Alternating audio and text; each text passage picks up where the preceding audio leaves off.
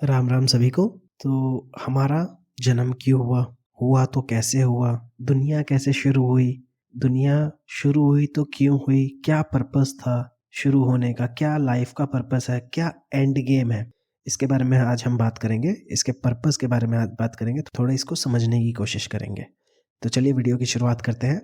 इस वीडियो में मैं आपको पॉइंट टू पॉइंट एक्सप्लेन करूंगा कुछ कुछ चीज़ें जो हमारे सनातन धर्म में, जो हमारे शास्त्रों, वेद शास्त्रों में एक्सप्लेन की गई है, तो उसके अकॉर्डिंग हम चलेंगे। तो सबसे पहले हम बात करते हैं कि अगर लाइफ की शुरुआत हुई तो क्यों हुई, कैसे हुई। तो सबसे पहली बात, अगर हम बिल्कुल छोटे पर्सपेक्टिव लेके चले तो लाइफ तो कभी शुरू हुई नहीं थी। ये तो हमेशा से साइक्लिक थी। मतलब जन्म हुआ, कुछ समय तक जिए, फिर मर गए, फिर जन्म हुआ, कुछ समय तक जिए, फिर मर गए। मतलब रीइंकार्नेशन, हमारे सनातन धर्म में रीइंकार्नेशन का भी कंसेप्ट है। और इसका मतलब है कि जो जो 8.4 मिलियन लाइफ साइकिल होती है, 84 लाख योनियां, उसमें भी मनुष्य आत्मा के स्वरूप में जाता है। मतलब आत्मा जो होती है उसमें भी जाती है, जानवरों में, पक्षियों में, पेड़ पौधों में। तो लाइफ तो कभी शुरू हुई नहीं थी अगर हम छोटे पर्सपेक्टिव को लेके चले। लेकिन अब थोड़ा इससे जूम आउट करते हैं। अब हम जानेंगे कि अगर लाइफ शुरू नहीं हुई तो हम कैसे इस साइक्लिक चक्कर में फंस गए, मतलब इस साइक्लिक नेचर में हम कैसे फंस गए, जन्म मृत्यु के चक्कर में। तो जूम आउट करते, अब हम बात करते हैं कलयुग के अलावा दूसरे युगों की। तो दूसरे युग भी होते थे, जैसे सतयुग, त्रेता युग, द्वापर युग, फिर कलयुग। तो इनमें भी हमारा जन्म हुआ था, लेकिन हमें याद नहीं है, वो सबकॉन्शियस माइंड में रहता है। इनमें भी हमारा जन्म हुआ था, इसमें भी हम जिए थे, इन युगों में भी हम जिए थे। तो एक चतुर्युग जो कि इकट्ठा होता है सतयुग, त्रेता युग, द्वापर युग और कलयुग को मिलाकर। ऐसे ही जब 1000 चतुर्युग बीत जाते हैं तो ब्रह्मा जी का एक दिन होता है, और उतनी ही लंबी रात भी होती है। 1000 चतुर्युग में 1000 बार सतयुग आया होगा, त्रेता आया होगा, द्वापर आया होगा और कलयुग। इन सभी चतुर्युगों में हमने जन्म लिया है, और कई बार लिया है, कई अलग अलग लाइफ साइकिल में लिया है। यहाँ पे भी एक्सप्लेन होता है कि लाइफ तो शुरू हुई ही नहीं। यहाँ पे भी हम साइक्लिक नेचर में फंसे रहे, चतुर्युगों में भी और ब्रह्मा जी के एक दिन में भी। तो लाइफ जब शुरू नहीं हुई तो कहीं ना कहीं तो शुरू हुई होगी, ये क्वेश्चन माइंड में आएगा ही आएगा लोगों के। तो अगर हम साइक्लिक नेचर में, अगर हम अपने सबकॉन्शियस माइंड को किसी तरह देख भी ले, तो हम अगर हजारों हजारों जन्मों के भी पास्ट देख ले तो उसमें भी हम साइक्लिक नेचर में ही फंसे होंगे, कर्मों के चक्कर में ही फंसे होंगे।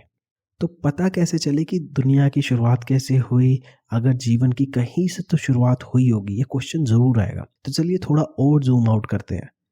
अब अगर हम बात करें कल्प की, एक कल्प मतलब 1000 चतुर्युग, जिसका मतलब एक दिन ब्रह्मा के, और उतनी बड़ी रात जिसको कहते हैं 4 अरब 32 करोड़। तो ब्रह्मा जी का एक दिन एक रात इतनी लंबी हुई, तो ब्रह्मा जी की एज कितनी होती है? वो होती है 100 वर्ष की।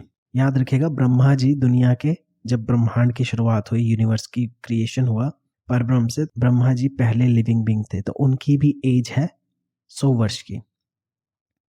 तो उन्होंने तो जन्म लिया है, मतलब उनका भी जन्म हुआ है, उनकी भी मृत्यु होगी। मतलब ब्रह्मा जी भी साइक्लिक नेचर में है, उनके भी कर्म है, उन्होंने भी जन्म लेना, उन्होंने भी मृत्यु पानी है, फिर उन्होंने जन्म लेना, फिर मृत्यु पानी है।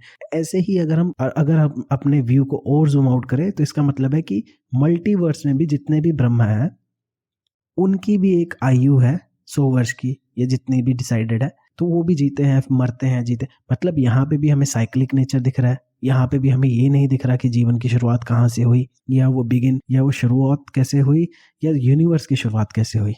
तो अगर और जूम आउट करें, जैसे हमारे धर्मशास्त्रों में लिखा गया है, एक आते हैं पर ब्रह्म परमेश्वर करके, वो जो है वो सबसे बड़े हैं, उनका कभी भी जन्म नहीं हुआ। बाकी सब जन्म मृत्यु के चक्कर में है, उनका कभी जन्म नहीं हुआ, ना उनकी कभी मृत्यु होगी। वो हमेशा से थे, हमेशा है, हमेशा ही रहेंगे। उनसे सब कुछ बना है और सब कुछ से वो बने हैं। उनका नाम है परब्रह्म परमेश्वर। अब वो किसी भी रूप में हो सकते हैं, जैसे मैंने अपनी पुरानी वीडियो में एक्सप्लेन किया है परब्रह्म कौन है। क्या वो सदाशिव है, क्या वो कृष्ण, आप, या वो देवी भगवती है। आप वो आई बटन पे क्लिक करके देख सकते हैं। तो अगर उनका जन्म नहीं हुआ तो उन्हीं से दुनिया शुरू हुई है, उन्हीं से सब कुछ बना है।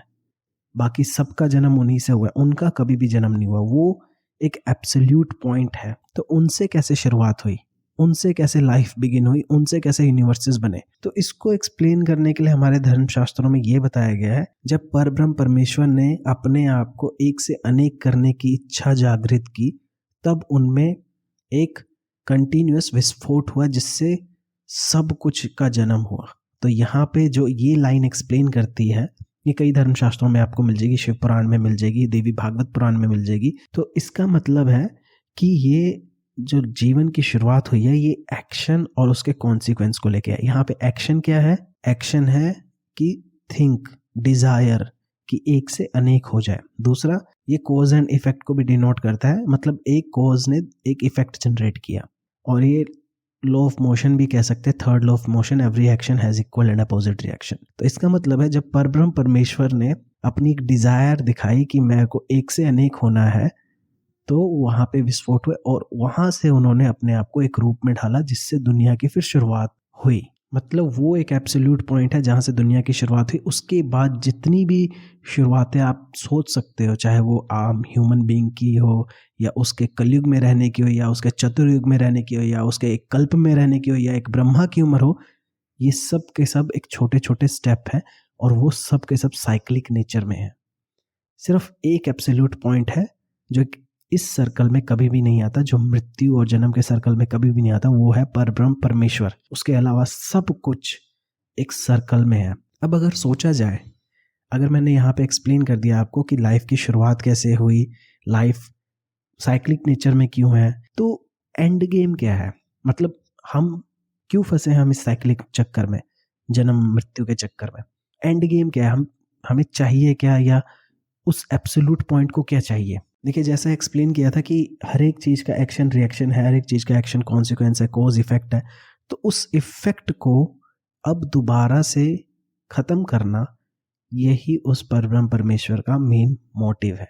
मतलब उन्होंने अपने एक्शन तो दिखा दिया, लेकिन उससे जो इफेक्ट जनरेट हुआ, उससे जो उनके अंदर की जितनी भी आत्माएं थी, जो कि हम थे, जो हम परब्रह्म परमेश्वर के अंश के रूप में हैं, जो वो उनसे दूर हो गई, अब वो चाहते हैं कि हम उनके दोबारा पास पहुंच जाए या उनसे मिल जाए।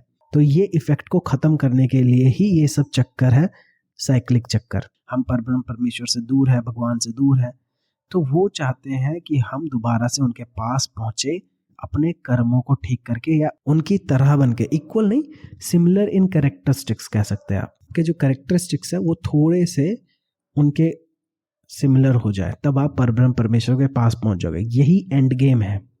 इसको, जो परब्रह्म परमेश्वर है वो एक एब्सोल्यूट पॉइंट है जो सर्कल के आउटसाइड एग्जिस्ट करता है।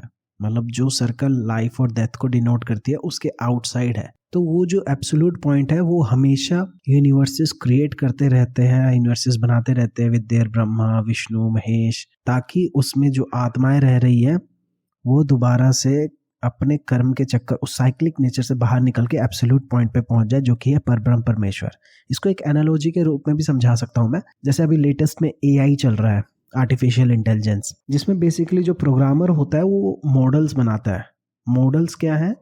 वो वही मॉडल्स बनाता है जो कि सबसे हाईएस्ट एफिशिएंसी दे सके, और जो मॉडल एफिशिएंसी नहीं दे पाता डिजायर्ड, तो उसको डिस्कार्ड करके दूसरा नया मॉडल बनाते हैं, ताकि उस पे एफिशिएंसी देख सके, उस पे उसका प्रोडक्शन देख सके, उसका रिजल्ट देख सके। ऐसे ही जो परब्रह्म परमेश्वर है वो मॉडल्स बनाते हैं, वो यूनिवर्सेस क्रिएट करते हैं, जिसमें कि हम हाईएस्ट पॉइंट तक पहुंच सके और हाईएस्ट एफिशिएंसी को रीच कर सके, उस आंसर को पा सके जो जिसके लिए हम वो मॉडल बनाया गया है। तो जैसे AI में हमारे पास एफिशिएंसी होती है 100%, उसके क्लोज पहुंच सके 96, 95, 94, 97। ऐसे ही जो यूनिवर्सेस है उसमें जो हमारे को एफिशिएंसी पहुंचना होता है, वो होता है परब्रह्म परमेश्वर कौन है और हमें उनसे मिलना कैसे। ये क्वेश्चन का आंसर हर यूनिवर्सेस में उस एब्सोल्यूट पॉइंट को डिनोट करता है जहां तक हमें पहुंचना है। अगर हम पहुंच जाते हैं तो हम एब्सोल्यूट पॉइंट को टच करने के बाद उस साइकिल से बाहर निकल जाएंगे, लेकिन अगर नहीं पहुंच पाते तो उसके कारण हमारे को दोबारा से जन्म लेना पड़ता है, दोबारा से साइक्लिक नेचर में जाना पड़ता है लाइफ और डेथ की। तो यहाँ पे मैंने सब कुछ वीडियो के थ्रू एक्सप्लेन कर दिया है। तो आई होप कि आपको ये वीडियो पसंद आई होगी।